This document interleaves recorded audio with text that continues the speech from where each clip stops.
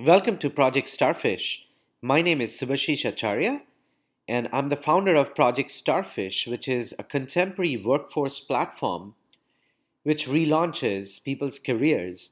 Project Starfish is part of MIT's top scaling startups, and we are part of MIT's Startup Exchange. Today, we're going to talk about an entirely different model that is going to help PMOs get employed. So, the first thing that we're going to talk about is why is simulation very important for the PMO, which we're going to talk about, and we're going to touch upon a couple of problems. So first, let's go with problems. The industry is changing, and the barriers to employment today is exceptionally high. Many reasons why, but to be honest with you, it boils down to three. If you have contemporary skills, if you have contemporary work experience, and you know people in the industry, the rest is easy. We are also observing a big shift in the market because of automation, which means automation, as digital industries kick in, automation is going to take away a lot of jobs. The only jobs that is going to remain are the ones that require problem solving. Let's look at another part of the story. There's a huge divide between employers and employees. My suggestion would be stop the video and look at both sides. But what matters at this moment of time is companies really do not have the time, energy, and the money to train people. It takes 6 months to train somebody who has no ability to perform until then and is a promissory note. They would like to take the money, give it to somebody who has the skills who can perform from the next day. Another problem that we are observing is a shift to the digital age that we talk about. If you think digital age is not really there, I believe the picture over here makes it very simple for you to understand that the office today is on your iPad. There's utter chaos in the industry because the old is being replaced by the new, but which also means there's opportunity. That is exactly the reason I say project managers and especially veterans have a phenomenal quality. It's called adaptability. If you can learn and get the experience that you require from this simulation, I can assure you getting employed in the civilian sector will not be a problem. However, you've got to understand the industry. There's a shift in the industry happening, and you absolutely need to take notice because our tastes are changing, our jobs are changing, requirements are changing. Now, if you look at the future jobs, you're going to see something which is a pattern, which means there's automation everywhere. And because of automation, the big shift would be the change in the labor force. Unfortunately, there is no other platform like Project Starfish globally available that is way ahead of its time. And the last piece that you have to understand is that education is not experience. Companies do not pay for education. Companies only pay for your skill, your experience, and the ability to create value. Long story short, guys, here's the good news. If you have the skills, work X, you know how to problem solve, and know people in the industry, that is the business networking piece, trust me, you're going to get employed. So let's talk about veterans today. If you're a veteran with a PMO certification and in transition, I've got good news. But the bad news is the rules to succeed is different. So what's the good news? There's an entirely different role of a PMO that is evolving. It is called the digital PMO.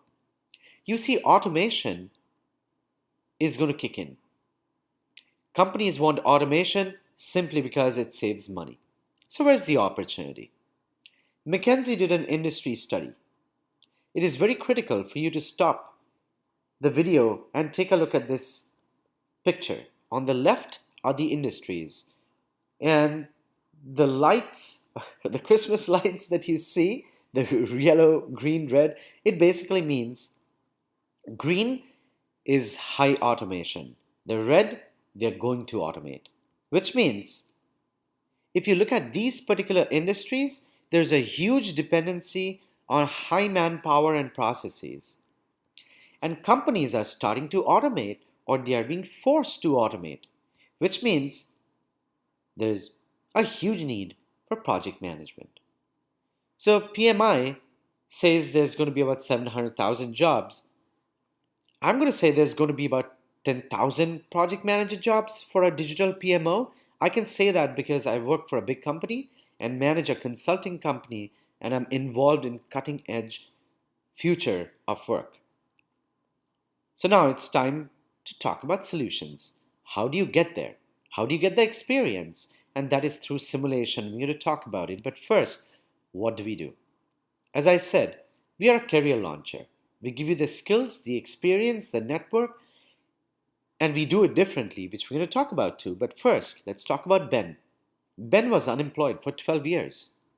He had a tremendous perception problem, mobility challenges, skill, work X challenges, networking challenges.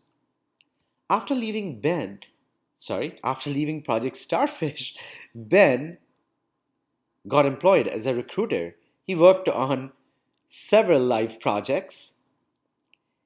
He networked a lot, and businesses loved him, and it was virtual work. That is what's going to happen in the digital age. Ben was blind.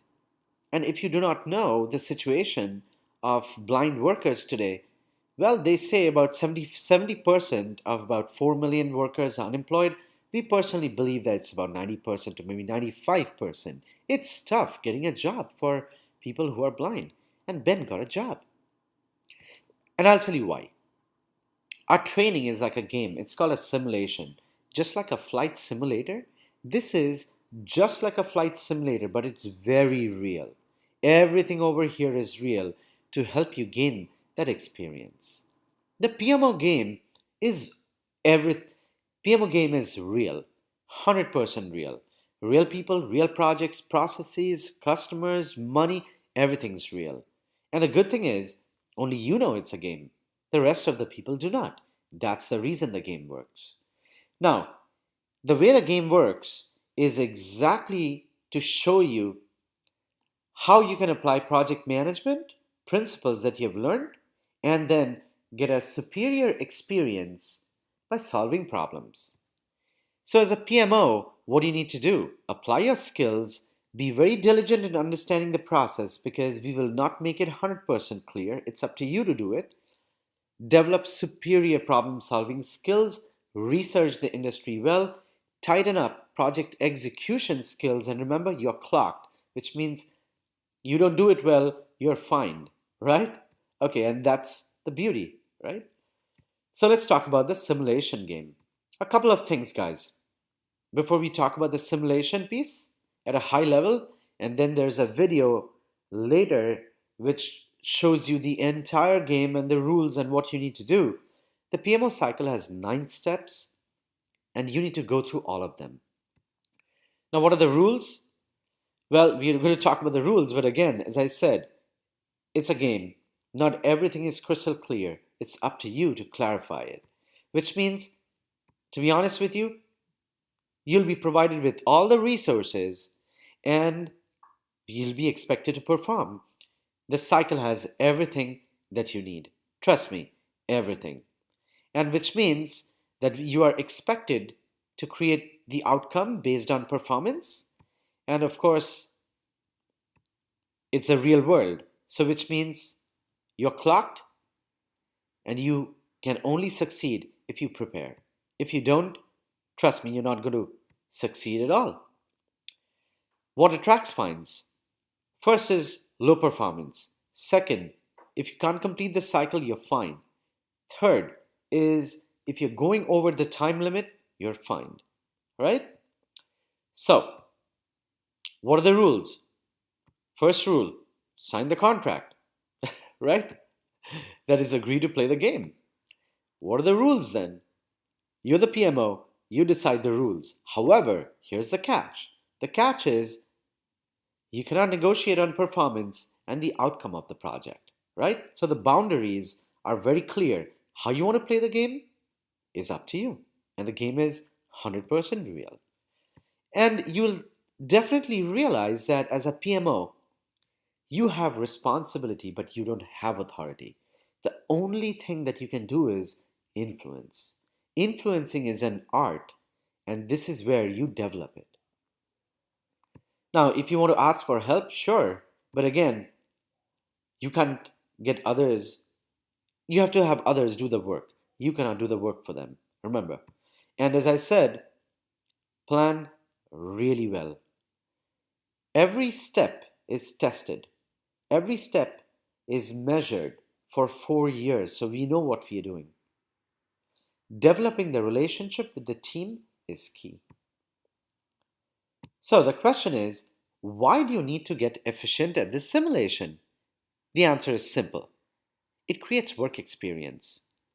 You work on real projects. You work with real businesses, right? So here's the biggest reason and the differentiator. What you see on the screen are a list of capabilities of a project manager. At the bottom is general project management. As you keep going up, it becomes more specialized. Now, what we mean is at the bottom, the barrier is high to get into the civilian industry.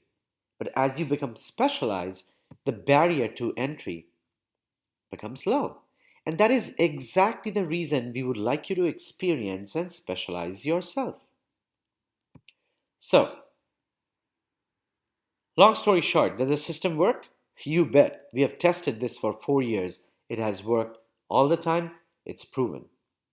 So let's jump right in and look at the simulation for the PMO cycle. The first is you want to experience this cycle. At the center is you. You're the protagonist. You're going to role play as a project manager at Project Starfish, and you can put this up on LinkedIn too, just to let you know. You're going to have a set of goals and objectives. And your goal is to keep the end in mind. Very critical. Then you want to experience the rest of the processes, which is creation of a team, building teams, delegating work, ensuring that you problem solve, get the projects, create the value. And when you build the projects, ensure that you manage the project well, deliver it on time, be very clear, and get a superior handoff. That is extremely important, and you will not be able to do it if you don't meet objectives. So, what is the activity then? As I said, building the team, holding sessions with the team to build the trust by understanding businesses and training the people is critical. It is going to be very important for you to outreach to businesses, and we suggest that you only outreach to businesses where you believe you want to work with. Which means to do that, business outreach is the networking piece, which is extremely critical. But you will not be able to do everything yourself. You'll have to have the team do it for you. Which means you develop influence over people and processes. When the businesses get on a call, you have to moderate the call, and it is your duty to acquire the business by showing value and by solving problems. Is there selling needed? Yes, but this is not about pitching. You have to understand processes and find problems, and that is how you can acquire a business, which you need to project manage. As you build the project, you got to scope out the requirements very carefully, guys. Scoping and creating the expectations is very important, which means as you manage the project, as you execute the project, it is very important to make the communication very clear with the customer. At the end, if you don't meet your objectives, by getting a written handoff and preferably a recommendation for yourself for the work you have done, you did not pass the test. And that is the reason the more you do it, the more you'll succeed.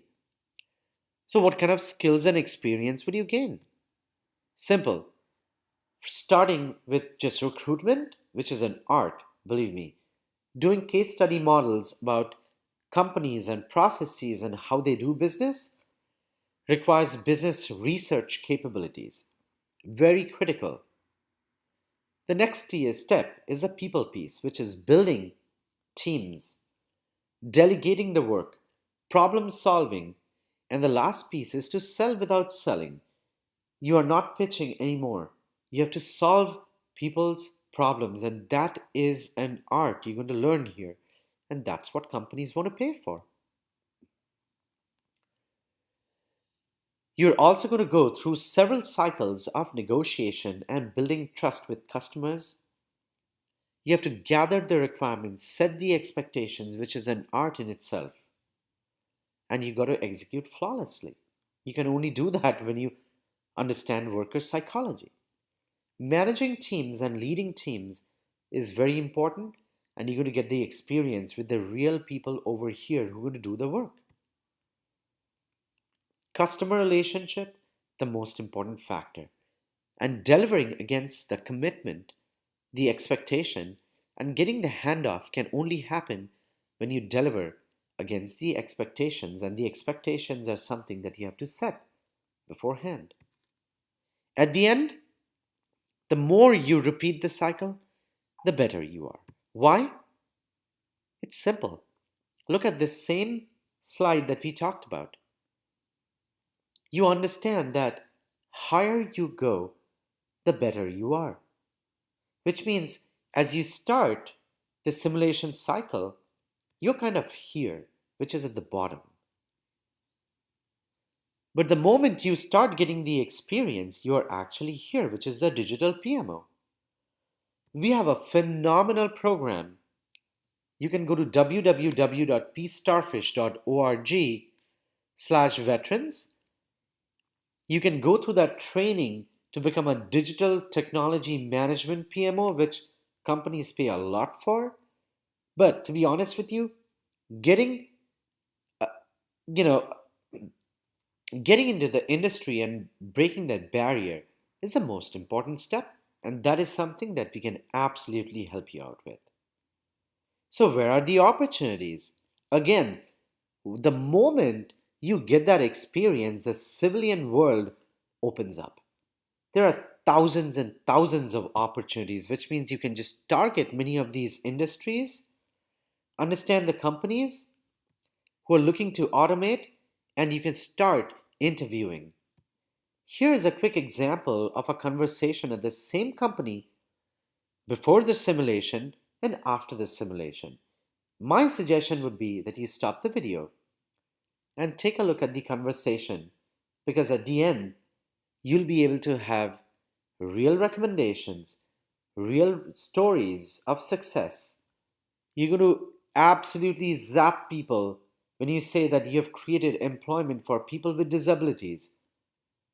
And the last piece is that you'll be able to negotiate with them and say, you can get the work done. You're not a promissory note. You're ready to hit the ground running the next day. So we have a situation here now, which means it's kind of the blue pill and the red pill, right? Which means if you think you don't want to do the simulation, that's fine, but we can't help you. However, if you choose to participate in this simulation training, I can assure you, you just have to go to the next video and look at the rules and how the PMO game is played and repeat the cycle as many number of times as possible. And I can assure you, you'll be able to cross that barrier and get into the civilian industry as a digital PMO. Good luck, guys. Thank you.